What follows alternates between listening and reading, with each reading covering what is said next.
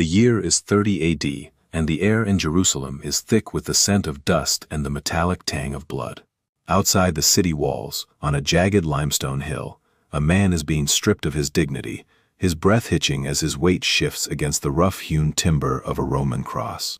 This wasn't just an execution. It was a calculated political statement designed to erase a movement. We're stripping away the stained glass and the hymns to look at the raw, historical facts of the crucifixion.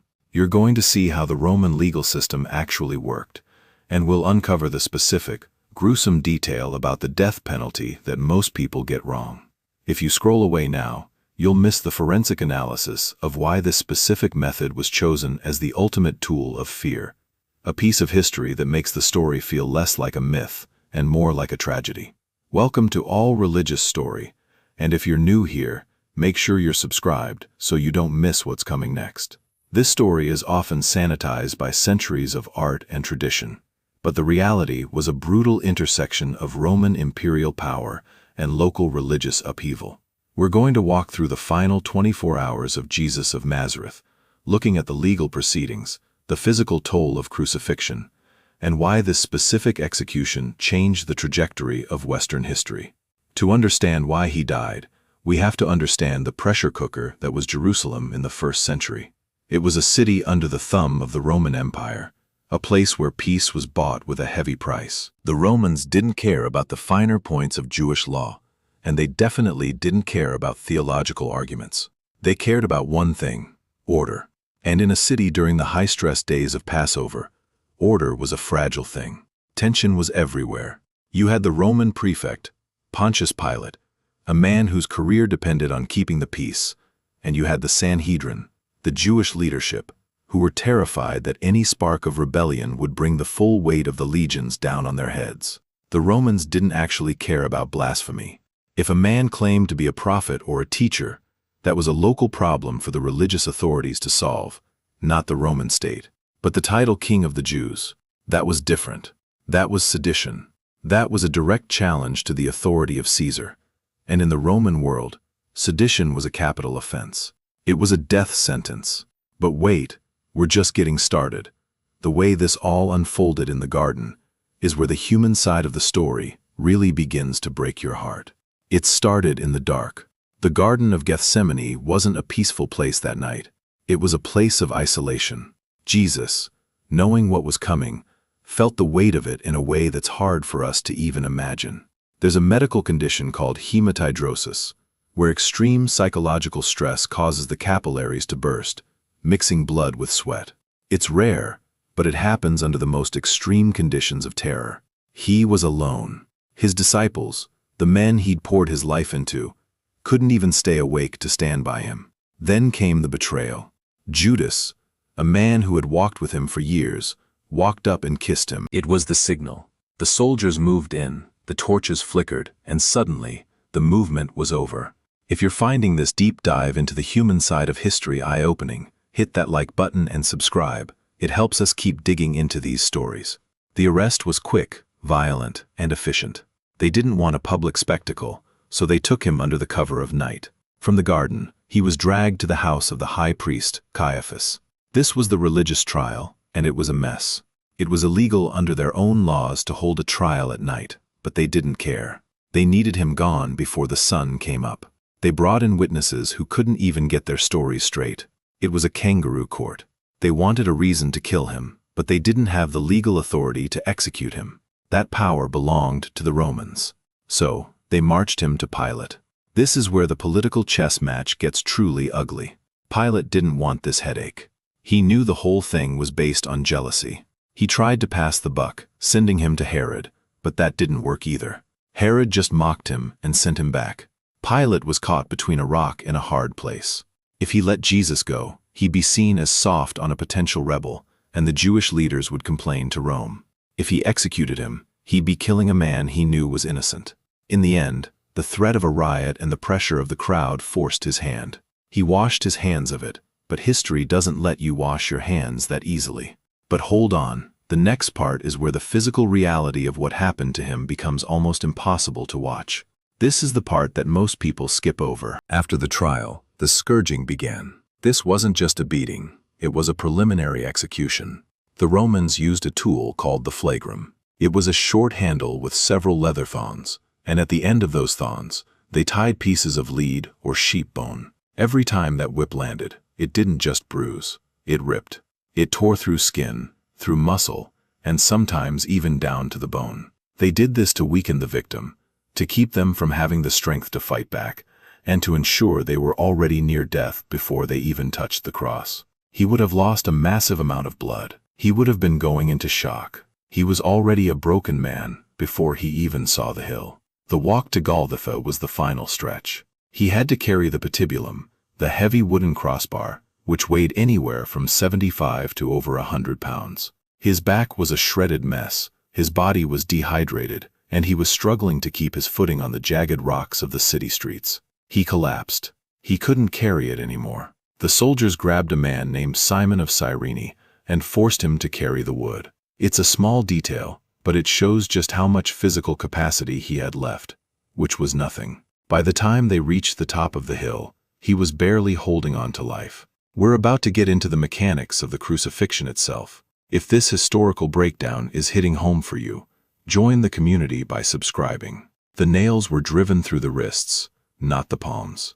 If you drive them through the palms, the weight of the body would just tear through the fingers. The wrists, however, could hold the weight. This was calculated. It was designed to maximize pain while keeping the victim hanging there as long as possible. Once the cross was raised, the real struggle began. To exhale, you had to push up with your feet, which meant putting all your weight on the nails driven through your heels. Every single breath was a fight against gravity and pain. His shoulders would have dislocated. His lungs would have been compressed. He wasn't just dying. He was slowly suffocating, over and over, for hours. The soldiers were watching. They were bored. They were gambling for his clothes while he was dying a few feet away. It was just another day at the office for them. But then, things started to change. The sky turned dark. A strange silence fell over the place. The people who had been screaming for his death started to get quiet. You can almost feel the shift in the air, the moment where the cruelty of the execution started to feel like something else entirely. The breaking of the legs, or crucifixion, was the final act of this nightmare. The soldiers would take a heavy mallet and smash the victim's shins. The point was to make it impossible for them to push up to breathe.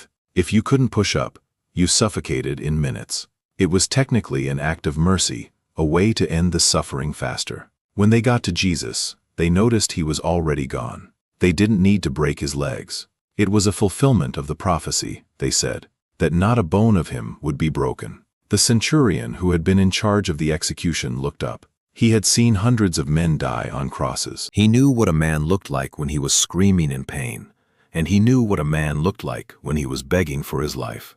But this was different. He said a single sentence that changed everything. Surely, this was a righteous man. That moment of silence after the final breath. When a man trained to kill realizes he has just executed someone fundamentally different, is the pivot point of the entire story.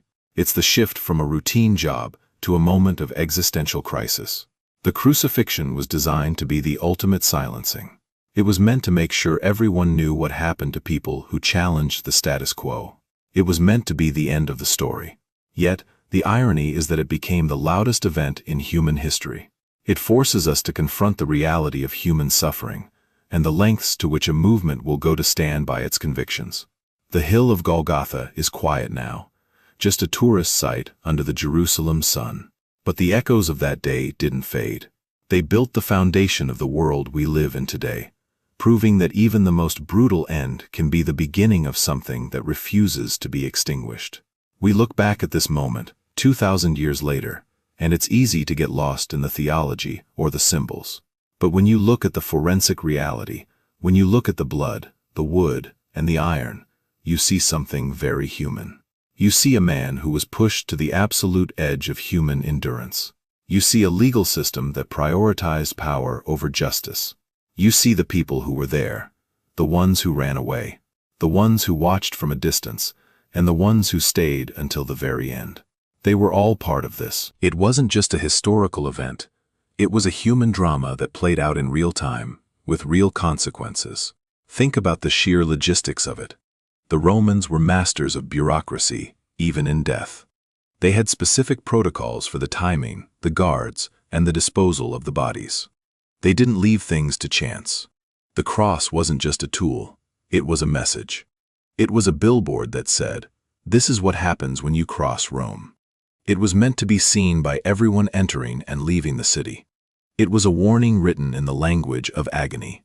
And yet, the message that came out of it wasn't fear. It was something else. It was a message of endurance. When we talk about the scourging, we have to talk about the psychological impact as much as the physical. The anticipation of the whip was often worse than the whip itself. The victim would be tied to a post, his hands above his head, and he would have to wait. He would hear the leather whistling through the air before it hit him. He would hear the soldiers laughing. He would feel the humiliation. It was a process designed to break the human spirit, to make the person feel like they were already nothing. And yet, the accounts of that day don't record a man who was broken. They record a man who was silent, a man who was composed, a man who refused to play the game the way the authorities wanted him to. The walk through the city streets, the Via Dolorosa, was a public theater of shame. The crowd would have been lining the path, some crying, some shouting insults, some just watching in shock. It was a chaotic, noisy, dirty scene. And in the middle of it was this man, stumbling under the weight of the wood, his face covered in sweat and blood. It's hard to imagine being one of the people in that crowd. Would you have reached out to help him? Would you have been afraid of the soldiers? Would you have been one of the ones shouting for him to be killed?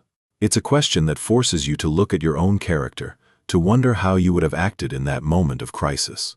The nail in the wrist is a detail that often gets overlooked, but it's crucial to understanding the mechanics of the death. The median nerve runs through the wrist, and if you hit that, it sends a jolt of fire through the entire arm. It's not just a dull pain, it's an electric, searing agony that never stops. And then, there's the position on the cross. Your legs are bent, your feet are nailed, and you're trying to breathe. Every time you try to inhale, you have to push up with your legs, which means you're scraping your raw, shredded back against the rough wood of the cross. It's a cycle of pain that doesn't end until the heartbeat stops. And then there are the final words. People spend their whole lives studying them, looking for hidden meanings or deep theological truths. But if you look at them as the final words of a dying man, they hit differently. They are words of forgiveness, words of care for his mother, words of utter exhaustion and surrender. They aren't the words of a man who was trying to save himself. They are the words of a man who was finishing what he started. The soldier who pierced his side with a spear, that's another detail that tells us so much. They did it to confirm he was dead. They didn't want to leave anyone on the cross overnight, especially not on the Sabbath. When the spear went in, blood and water came out. Medically, this is often explained as the separation of the blood into layers, or the accumulation of fluid around the heart and lungs, a sign that the body had finally given up. It was the final checkmark on a Roman execution report. He was dead. The job was done. The case was closed. But the case wasn't closed. That's the irony of the whole story. The Romans thought they were ending a problem, but they were actually creating a legacy. They thought they were silencing a voice, but they were actually making it impossible for that voice to be forgotten. They thought they were destroying a movement, but they were actually giving it the fuel it needed to change the world. It's a paradox that has haunted history for 2,000 years. When we look at the site of Golgotha today, it's covered by a massive structure. It's a place of pilgrimage, a place where people from all over the world come to pray and to remember. It's a place of quiet, a place of reflection. But if you strip away the gold and the marble, if you get down to the bedrock, you're still standing on the same limestone where that man stood. You're still standing on the same ground where the soldiers walked, where the crowd shouted, and where the history of the world was permanently altered. The story of the crucifixion isn't just a religious story. It's a human story. It's a story about power and weakness, about fear and courage, about the things we do to each other and the things we are willing to die for. It's a story that asks us to look at the darkest parts of the human experience and find something that can transcend them. It's a story that doesn't let you look away. Think about the soldiers again. They were just doing their job. They had orders. They had a quota to meet. They were probably just tired and wanted to get home. They didn't know they were part of something that would be talked about for millennia. They were just average guys in a brutal system. And that makes the whole thing even more tragic. It wasn't some grand, supernatural battle in the beginning. It was just people being people. And that's what makes the cruelty so much more real. The political tension in Jerusalem was off the charts. You had the Zealots, who wanted to overthrow Rome with swords and fire. You had the Pharisees, who wanted to keep the law and wait for a Messiah to do it for them. You had the Sadducees, who were basically collaborators with the Romans to keep their status. And in the middle of all that, you had a man who didn't fit into any of their boxes. He was too radical for the religious, and he was too threatening for the political. He was a man who challenged everyone. And that's why he had to go. The shift in the attitude of the crowd is something you see in history over and over. One day, people are cheering for you, and the next day, they're calling for your head. It's the fickle nature of the mob. It's the way fear works. When people are afraid, they look for someone to blame. They look for a scapegoat. And Jesus became that perfect scapegoat for a city that was on the brink of an explosion.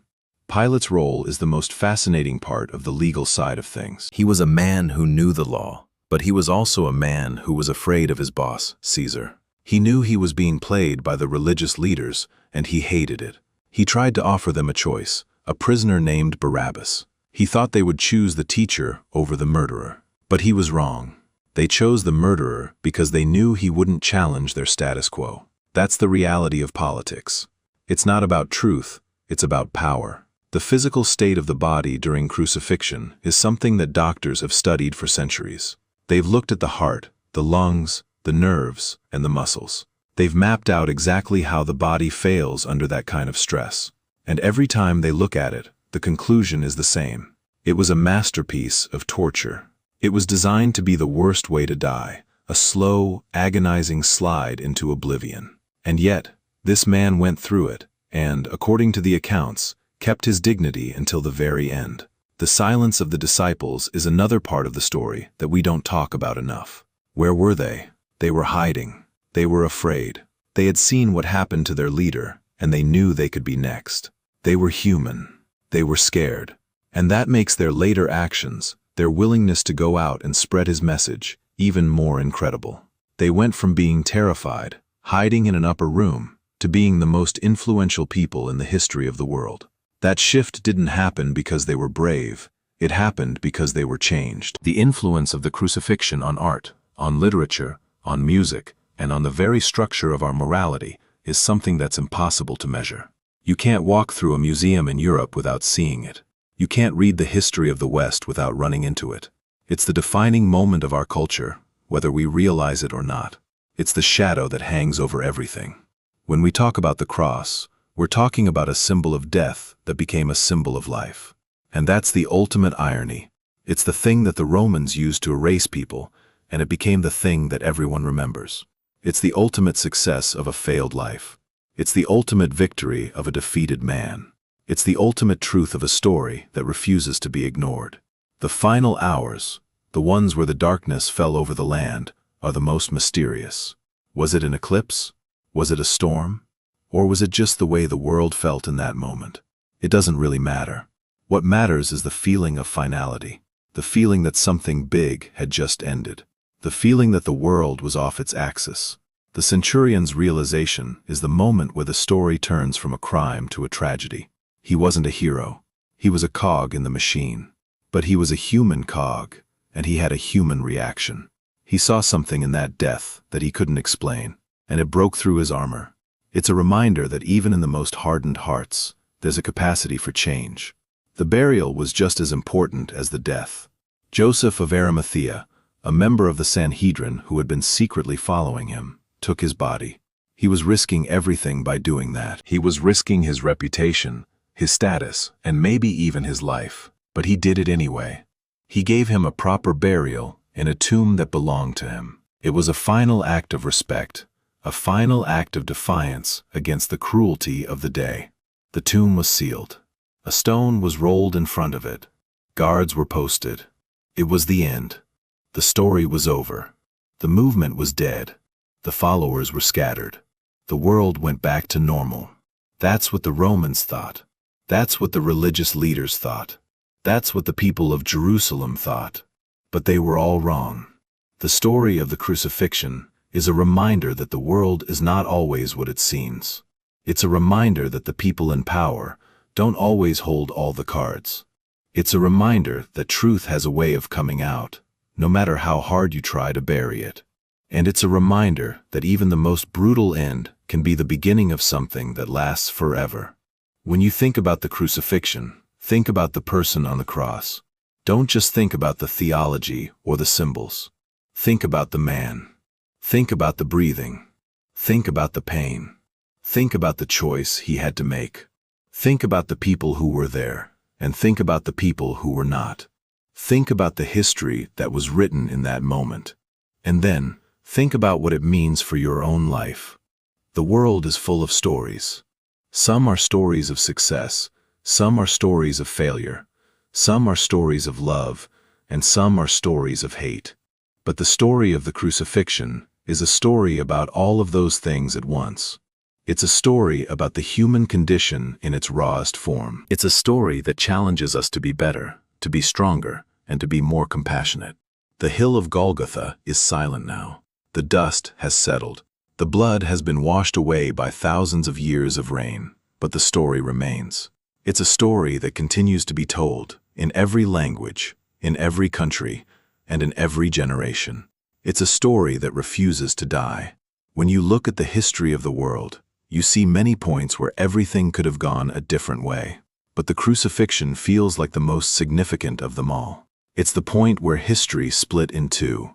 It's the point where the old world ended and the new world began.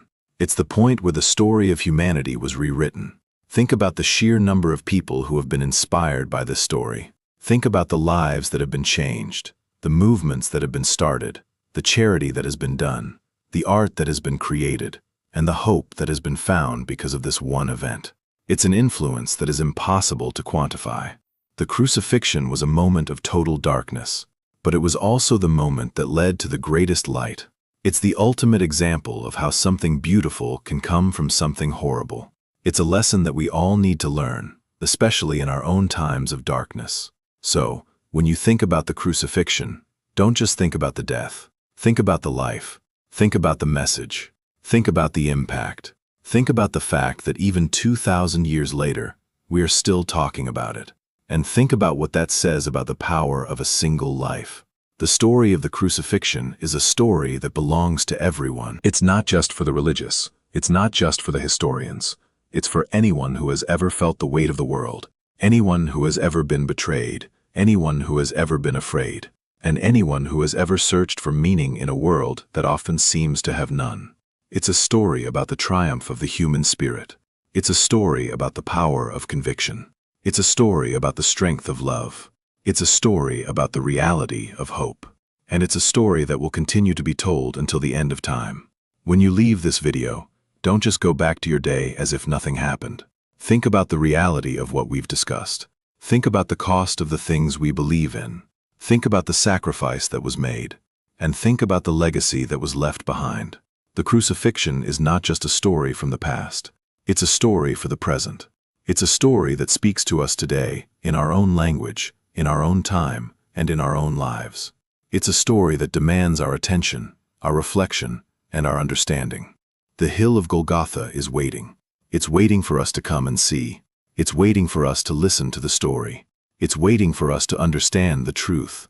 And it's waiting for us to be changed by it. So, let's keep the conversation going. Let's keep looking at the facts. Let's keep digging into the history. Let's keep searching for the truth. And let's keep sharing the story, because it's a story that needs to be heard. The cross is a symbol of so many things. It's a symbol of pain, a symbol of guilt, a symbol of shame, but it's also a symbol of something much deeper. It's a symbol of a man who stood for something. It's a symbol of a man who died for something.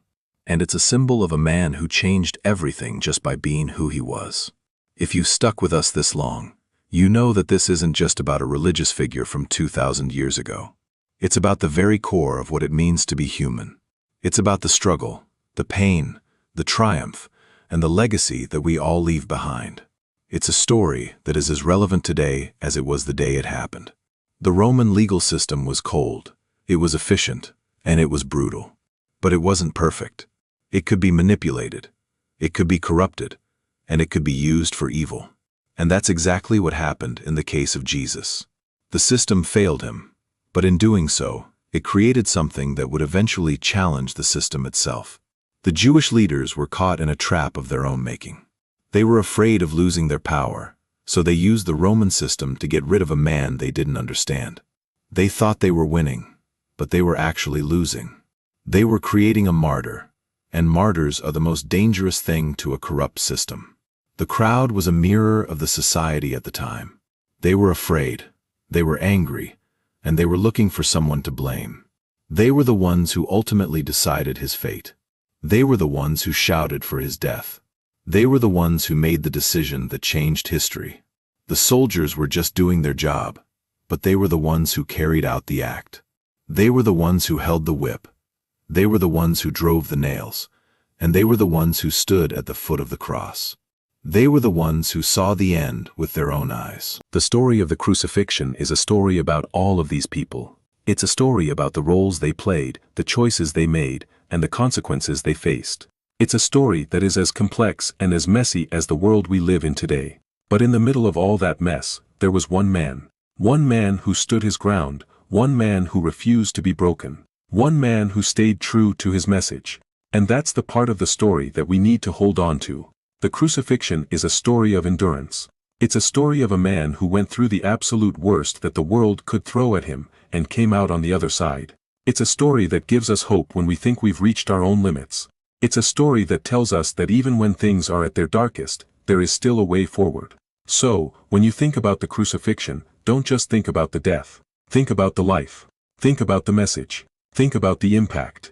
Think about the fact that even 2,000 years later, we are still talking about it. And think about what that says about the power of a single soul. The story of the crucifixion is one that has been told in every corner of the globe. It has been the inspiration for countless works of art, from the masterpieces of the Renaissance to the modern films of today. It has been the subject of endless academic studies, theological debates, and historical investigations. It is, without a doubt, one of the most significant events in human history. But why? Why does this one death continue to capture our imagination? Why does it continue to be the subject of such deep and profound thought? Perhaps it's because it speaks to something universal in the human experience. Perhaps it's because it's a story that touches on themes that we all struggle with: suffering, injustice, truth, and the search for meaning. When we look at the crucifixion through a forensic lens, we aren't trying to diminish the story. We're trying to understand it better. We're trying to strip away the abstractions and look at the reality. We're trying to see the man behind the myth. And in doing so, we find that the story becomes even more powerful, not less. The reality of the crucifixion is a reminder that history is not a clean, neat line. It's a messy, complicated, and often brutal process. It's a process that is shaped by the choices of individuals, by the pressures of systems, and by the forces of circumstance. And it's a process that is often defined by the people who are willing to stand up for what they believe in, even when the cost is everything. The soldiers, the crowd, the religious leaders, the Roman officials, they were all part of the story. They were all characters in a drama that was unfolding on a scale they couldn't even begin to understand.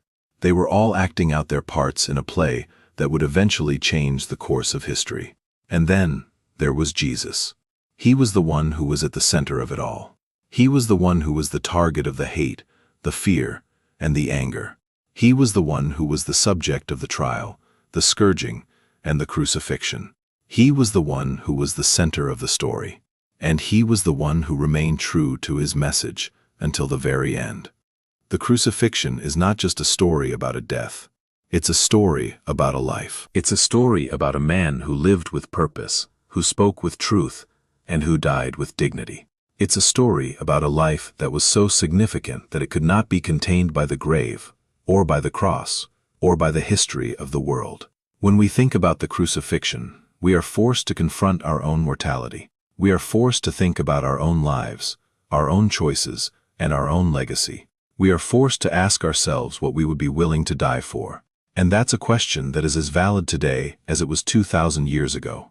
The crucifixion is a reminder that even the most powerful empires eventually fall. The Roman Empire, with all its power, its legions, and its bureaucracy, is gone. But the story of the man they executed on a hill outside Jerusalem is still here.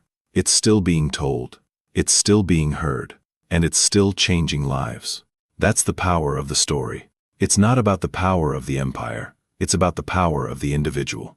It's about the power of a single voice. It's about the power of a truth that cannot be silenced. It's about the power of a life that was lived for something greater than itself. As we conclude this look at the final days of Jesus of Nazareth, we're left with a lot to think about.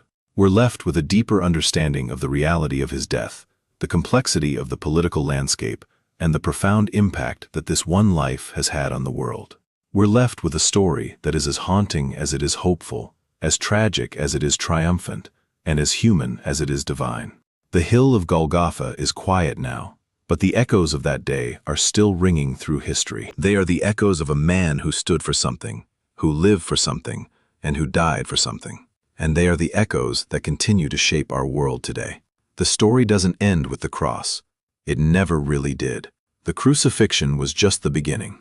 It was the point where the momentum started to build, where the message started to spread, and where the world started to change. It was the point where the story of humanity took a turn that no one saw coming. So, as you go about your day, remember the story of the man on the hill. Remember the reality of his struggle, the depth of his conviction, and the power of his legacy. And remember that even in the darkest moments, there is always the potential for something new, something better, and something that will last forever. We've walked through the political landscape of 30 AD, the psychological weight of the garden, the injustice of the trials, the brutality of the scourging, the agony of the path to the hill, and the final mechanics of the crucifixion. We've seen the man, we've seen the soldiers, and we've seen the world that they lived in. We've seen the truth of the story, and we've seen the impact it has had on our history. The crucifixion is a story that demands to be told. It's a story that deserves our attention. It's a story that asks us to reflect on our own lives and the things we value. And it's a story that reminds us that even when all seems lost, there is still hope. The story of the crucifixion is a story that changed everything. It changed the way we think about power, the way we think about justice, the way we think about suffering, and the way we think about ourselves. It's a story that has left an indelible mark on the world, and it's a story that will continue to do so for as long as there are people who are willing to listen. The hill of Golgotha is waiting. The story is waiting. The truth is waiting. It's up to us to decide what we do with it. It's up to us to decide if we're going to let it change us. And it's up to us to decide if we're going to keep the story alive for the generations to come. As we finish this journey, remember that the story of the crucifixion is not just a story of the past. It's a story of the present. It's a story that is unfolding in our own lives, in our own choices, and in our own world. It's a story that is ours to tell, ours to live, and ours to pass on. The crucifixion is a reminder that we are all part of a larger story. We are all characters in a drama that is much bigger than we can imagine, and we all have a role to play. We all have a choice to make. We all have a legacy to leave. So, let's choose to be part of the story in a way that matters. Let's choose to stand for the truth, even when it's hard. Let's choose to be compassionate, even when it's difficult. Let's choose to be brave, even when we're afraid. And let's choose to make a difference, just like the man on the hill. The story of the crucifixion is a story that will never be forgotten. It's a story that is etched into the very fabric of our history. It's a story that has shaped our world, defined our culture, and touched our lives. It's a story that will always be with us, as long as we are willing to remember. Thank you for joining us on this journey. We hope you found this exploration to be as thought-provoking and as meaningful as we have. We hope it has given you a new perspective on a story that you thought you already knew. And we hope it has inspired you to keep seeking the truth, to keep asking the hard questions, and to keep looking for the meaning in the world around you. The story of the crucifixion is a story that is still being written, and we are all part of it. We are all the authors of the next chapter. We are all the ones who get to decide what the story means for us. and we are all the ones who get to choose what impact we have on the world. So, let's make it a good one. Let's make it a story worth telling. Let's make it a story that reflects the values we hold dear. And let's make it a story that contributes to a better world for everyone. The hill of Golgotha is quiet now, but the story is alive. It's alive in the hearts of millions of people. It's alive in the pages of history. It's alive in the very structure of our civilization. And it will continue to be alive as long as there are people who are willing to listen to the truth. The crucifixion is a story of a man who was willing to die for his beliefs. It's a story of a man who was willing to stand against the tide of history. It's a story of a man who was willing to sacrifice everything for the sake of a truth that he knew to be greater than himself. That's the power of the crucifixion. It's the power of a single life, a single voice, and a single truth. It's the power that can change the world. And it's the power that is still at work in the world today. We hope you've enjoyed this deep dive into the historical and forensic details of the crucifixion. It's a story that has been told many times, but we hope this look has given you a fresh perspective on the reality of what happened on that hill outside Jerusalem. It's a story that is worth our time, our attention, and our deepest reflection. The crucifixion is a reminder of the fragility of life, the power of death, and the enduring nature of hope. It's a story that challenges us to look at our own lives and the things that really matter.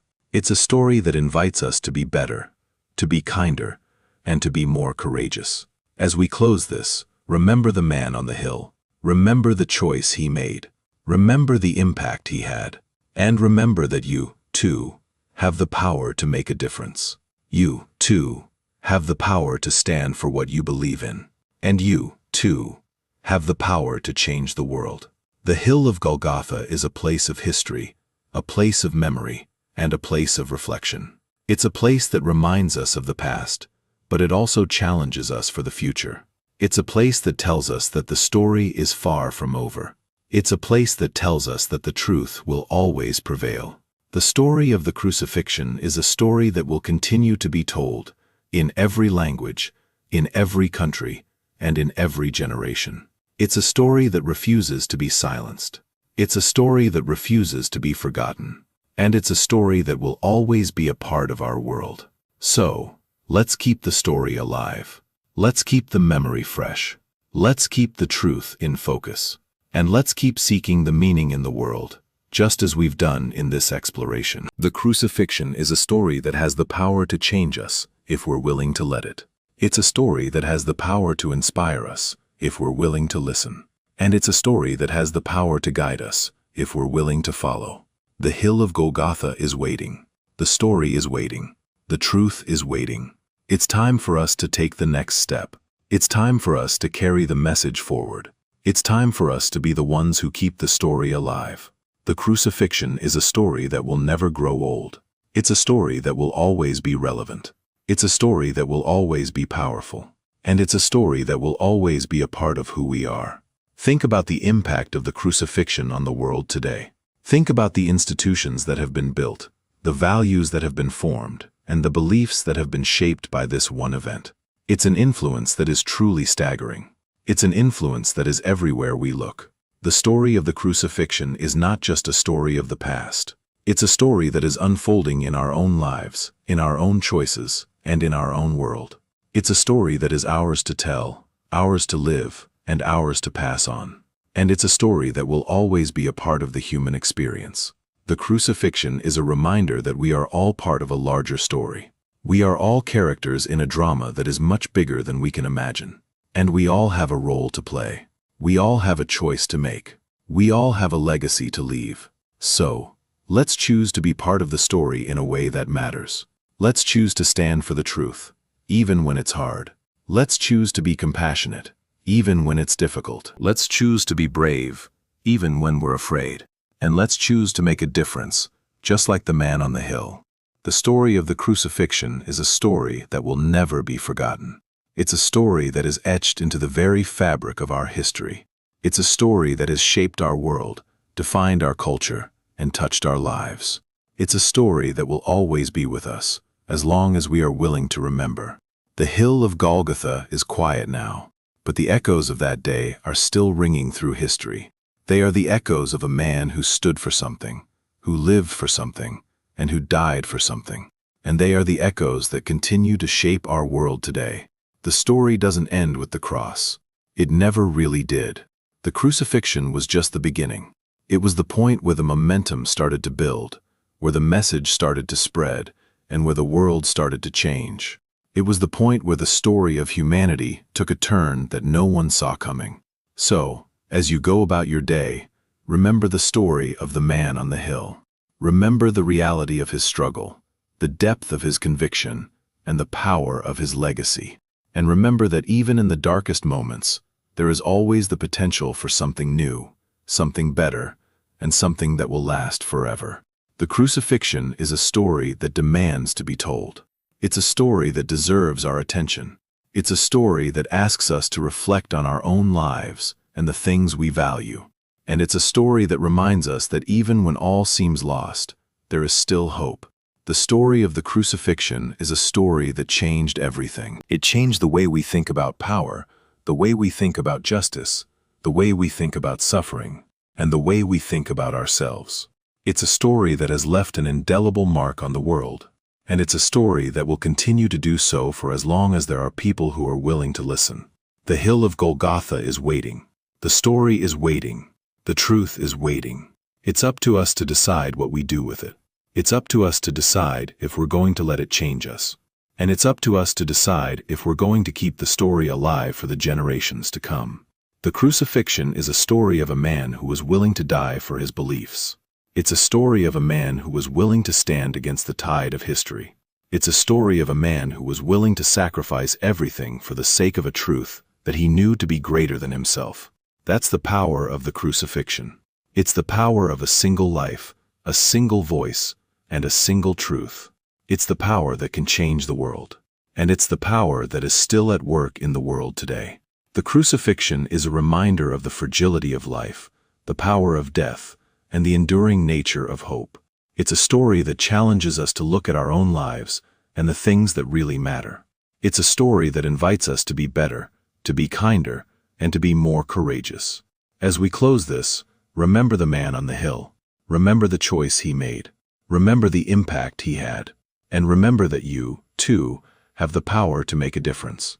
You, too, have the power to stand for what you believe in. And you, too, have the power to change the world. The hill of Golgotha is a place of history, a place of memory, and a place of reflection. It's a place that reminds us of the past, but it also challenges us for the future. It's a place that tells us that the story is far from over. It's a place that tells us that the truth will always prevail. The story of the crucifixion is a story that will continue to be told in every language, in every country, and in every generation. It's a story that refuses to be silenced. It's a story that refuses to be forgotten. And it's a story that will always be a part of our world. So, let's keep the story alive. Let's keep the memory fresh. Let's keep the truth in focus. And let's keep seeking the meaning in the world, just as we've done in this exploration. The crucifixion is a story that has the power to change us, if we're willing to let it. It's a story that has the power to inspire us, if we're willing to listen. And it's a story that has the power to guide us, if we're willing to follow. The hill of Golgotha is waiting. The story is waiting. The truth is waiting. It's time for us to take the next step. It's time for us to carry the message forward. It's time for us to be the ones who keep the story alive. The crucifixion is a story that will never grow old. It's a story that will always be relevant. It's a story that will always be powerful. And it's a story that will always be a part of who we are. Every time we talk about this, we are reminded of the sheer weight of history. It's not just a story, it's a foundation. It's the bedrock of so many things we hold dear. When you think about it, the way we treat each other, the way we view justice, the way we value human life, so much of that can be traced back to the ripples started by this one man. It's a legacy that isn't built on force, but on the enduring power of a story that refused to end in a grave. The hill of Golgotha is quiet now. The wind blows across the limestone, and the sun sets over the city of Jerusalem, just as it did 2,000 years ago. But the echoes of that day are still ringing through history. They are the echoes of a man who stood for something, who lived for something, and who died for something. And they are the echoes that continue to shape our world today. The story doesn't end with the cross. It never really did. The crucifixion was just the beginning. It was the point where the momentum started to build, where the message started to spread, and where the world started to change. It was the point where the story of humanity took a turn that no one saw coming. Even the most brutal end can be the beginning of something that refuses to be extinguished.